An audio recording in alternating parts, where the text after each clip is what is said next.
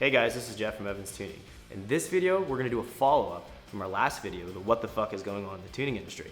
We're going to reverse the role. We're gonna look at it from a tuner's perspective. So you guys bringing your cars into a tuning shop, whether it's my shop or another shop, and a lot of the pitfalls and issues that tuners go through that are super frustrating, that make the tuning appointment go to shit and get miserable, and everybody's dissatisfied. So the first topic I wanna cover is bad batteries, or your charging system is bad, your alternator is bad. I've had countless times over the years where car shows up, comes off the trailer, get it on the dyno, you're all ready to go, and then the owner's like, hey, by the way, I have a bad battery. My battery's weak or doesn't work, or oh, my alternator I don't think's charging. Like, you can't tune a car like that. That's not gonna work. So, I stock batteries, but I may not have the battery that you need. If somebody before you used the battery, they had to purchase one, or whatever the case may be. It's better to try to take care of if you have a charging issue, whether your alternator is bad or you have a bad battery. Like, take care of those things before you get to the tuning shop so that it goes seamlessly. So your tuner can just get in the car, start working with it, start firing it up, getting tuning started, not replacing your battery or running to the parts store, or chasing bad alternator down, or whatever the case may be. Just take care of it before you get to the tuning shop so you're all ready to go. So another fun little surprise that I get during a tuning appointment is low gas or little to no gas in the car. There's nothing like strapping a car on the dyno, being all ready to go, jump in, you fire it up, you're ready to start going, you look at the dash, you're like, fuck, there's no gas. So now you're running to the gas station. In our case, it's like a mile up the road. But the point is, you're wasting 15, 20 minutes going to the gas station, getting the gas, coming back in, pouring the gas in, and then you're ready to start tuning. Like, just fill up the car with gas before you come to the tuning shop. The other pet peeve I have is people, they show up and they want to get a race gas tune or an E85 tune, and they'll bring 2 gallons of E85. Like, that's not enough to do an E85 tune. Or they show up with no race gas or no E85 and they're like, hey, I want to get this tune done. Like, I stock limited race gas and limited E85, and I go through it a ton in the springtime. In the summertime, when our tuning's super busy, a lot of times I don't have it, or there's a lapse of a week where I'm waiting for a shipment to come in to get it. It's not fair to the tuning shop to show up and say, hey, like, I want this, I want this, not letting anybody know beforehand, and expecting it the day of. That's not going to work. So have courtesy. Fill your car up with gas. If you want to get a race gas tune done or E85 tune, just make sure you bring it, or at least let the tuning shop know so that they can make arrangements to have it available, or they can tell you, hey, you need to take care of it beforehand. Next common thing I see that's an issue is people show up with their cars, they don't have the correct spark plug in their car or the correct spark plug gap. Now, gap is a little bit subjective because some cars can run a larger gap than others that have to run a tighter gap depending on the ignition system, how strong it is, and all that. But having the right spark plug is a big deal to get your car tuned, because if you have too hot of a spark plug, it can create pre-ignition. If you have the wrong spark plug gap, you're going to be having misfiring issues on the dyno if you're turning up the boost or whatever. So some cars, like a Honda, let's say, like a K-Series, they take 5-10 minutes to change. That's not a big deal. Cars like a Subaru, that's a good hour and a half, 2-hour job, and doing it on the dyno can suck really bad. And on the flip side of that, doing a V8, it's anywhere from a half hour to 45 minutes, depending on the car or whatever. If it's a like a Camaro SS, essentially you're adding on a half hour or 45 minutes or an hour of changing the spark plugs and gapping them, something that could have been taken care of before the tuning session. A lot of tuning shops either will say, hey, you know what, beat it, you're not ready to go, come back later, or they're gonna charge you for the additional time that they spent doing your spark plug, something that you could have potentially done beforehand or had a mechanic do before you came into the tuning appointment. So it doesn't make sense to waste money and waste time during a tuning session dealing with spark plugs, dealing with something that you could have done beforehand. Another huge problem that I see with a lot of cars, they get a fresh build done. So they get the head sent out, the block sent out, they're all built. They get a turbo kit installed, they get a fuel system installed, oil cooler installed, so they have all this new parts put on their car. Bring them in, and they haven't started the car.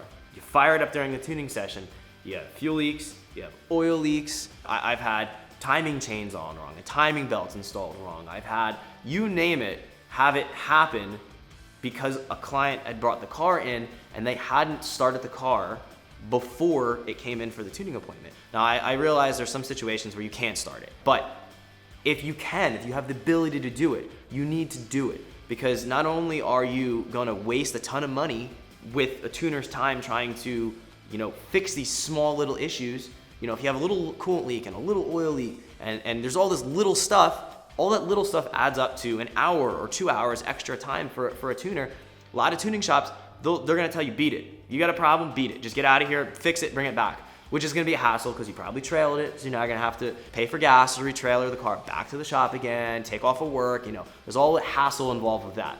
If you can, start the car, go over it, do a compression check, do a leak down check, do the basic mechanical things that you can do on your end, or your buddy can do, or have a mechanic do. Make sure the car is ready to go. There's nothing more frustrating than bringing a fresh build into a shop, ready to go to get tuning done, and you find out that, you have so many things wrong with the car that it wouldn't even be able to drive down the road, let alone put on the dyno. So another common issue that I have happen quite often, more often than I care to see, is get in a car, start tuning it, turning the boost up, let's say, in a Subaru or an Evo that has a much larger turbo than stock. Everything's going good. I get up to, certain power level. All of a sudden, I'm hitting rev limiter on the dyno. I'm like, what the fuck? Did a gear break? No, the clutch is slipping. I get out of the car, talk to the owner. Hey, what kind of clutch you got in this thing? Oh, it's stock. It's not gonna work. Stock clutches with a lot more torque than what they're rated for are not gonna hold. The other issue I see a lot is a factory naturally aspirated car. Subaru BRZ, Honda S2000, they're super popular model on the import side, Chevy Camaro, Ford Mustang, like on the domestic side.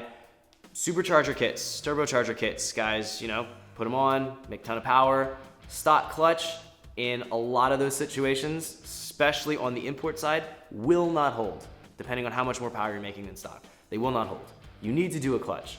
There's nothing more disheartening, I guess, from an enthusiast aspect, coming into a tuning shop, all ready to go, all ready to make your power, got your supercharger kit installed, everything's good to go, and then your tuner's like, hey dude, your stock clutch is slipping, I can't finish the tune. You gotta come back. I can imagine it's super annoying, and from my perspective, as a tuner, you just wanna finish the job. You're like, shit. You're in the middle of doing something, and you're like, fucking clutch slips, I gotta stop. So keep it in mind, if you're a naturally aspirated car from the factory and you're adding force induction, chances are you're going to need a clutch. And a lot of you guys watching this are like, yeah, fucking duh.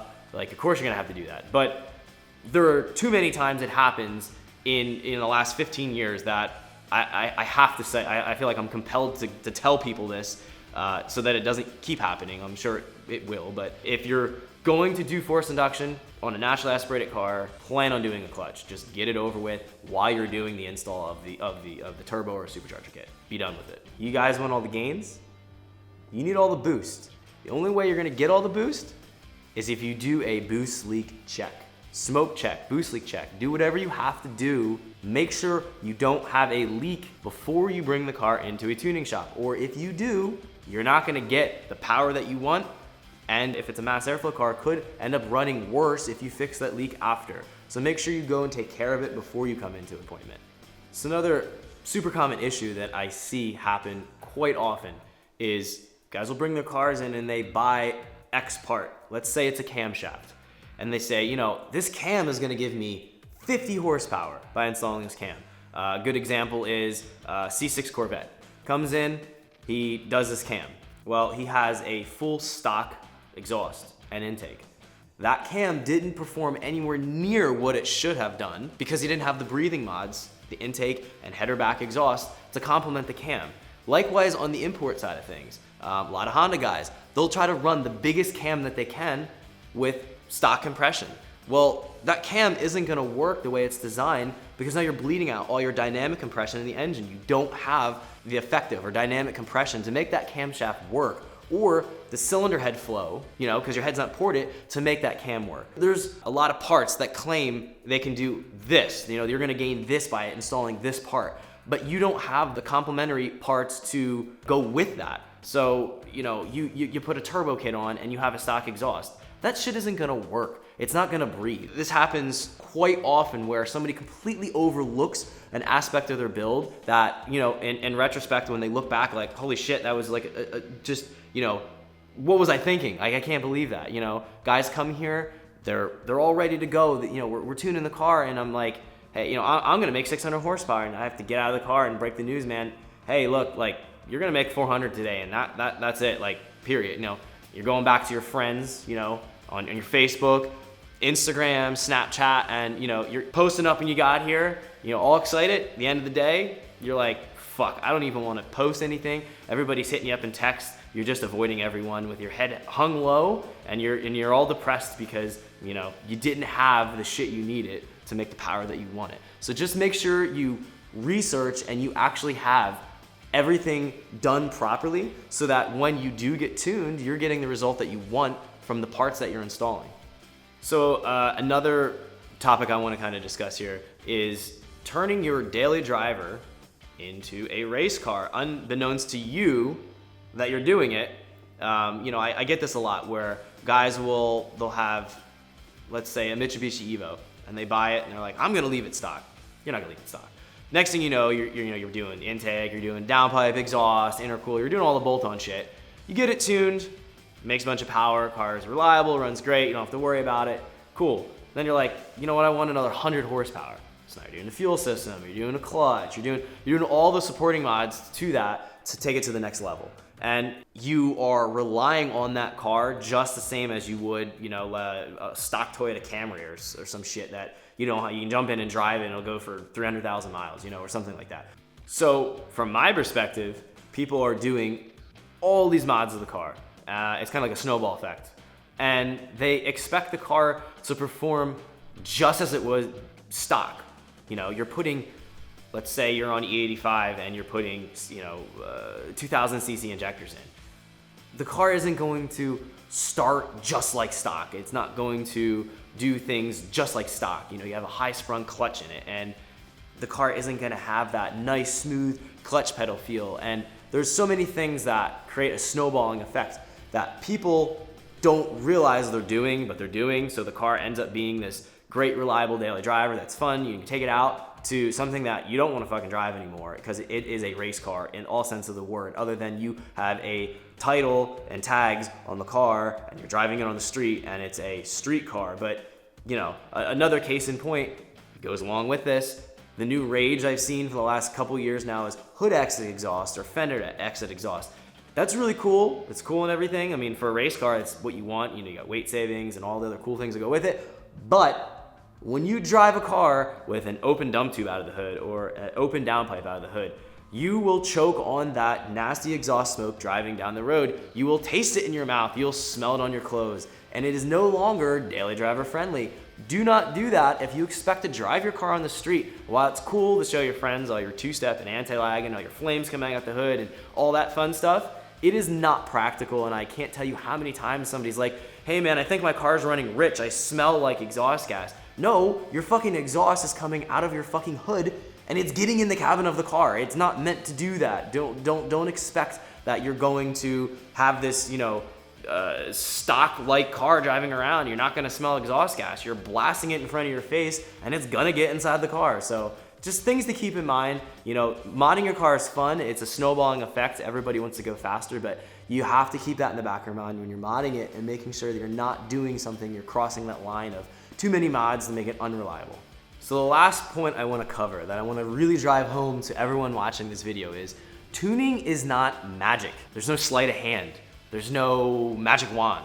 You can't make an engine or a set of modifications do something that it's not designed to do or not going to work together to do. I can't tell you how many times I have had over the years that people bring in a car that they're like, you know, I have all this stuff done, and they have an expectation of what it can do, and it comes out like an utter pile of shit because what they did is so back-asswards and the components don't work together.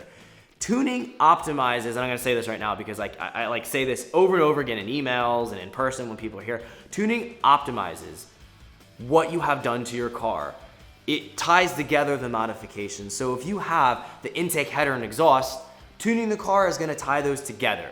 If you happen to have the wrong intake on the car, you know, stock intake with an exhaust, don't expect your gains to be the same as, you know, someone you saw on the internet that has, you know, full intake, header, exhaust, or they have like a test pipe and you have a cat, like you're not gonna get the same results. And that's like really irritating because it happens quite often where somebody wants to cite someone else's car. Well, so-and-so made this much power, why can't I? Because you don't have the same fucking shit on your car.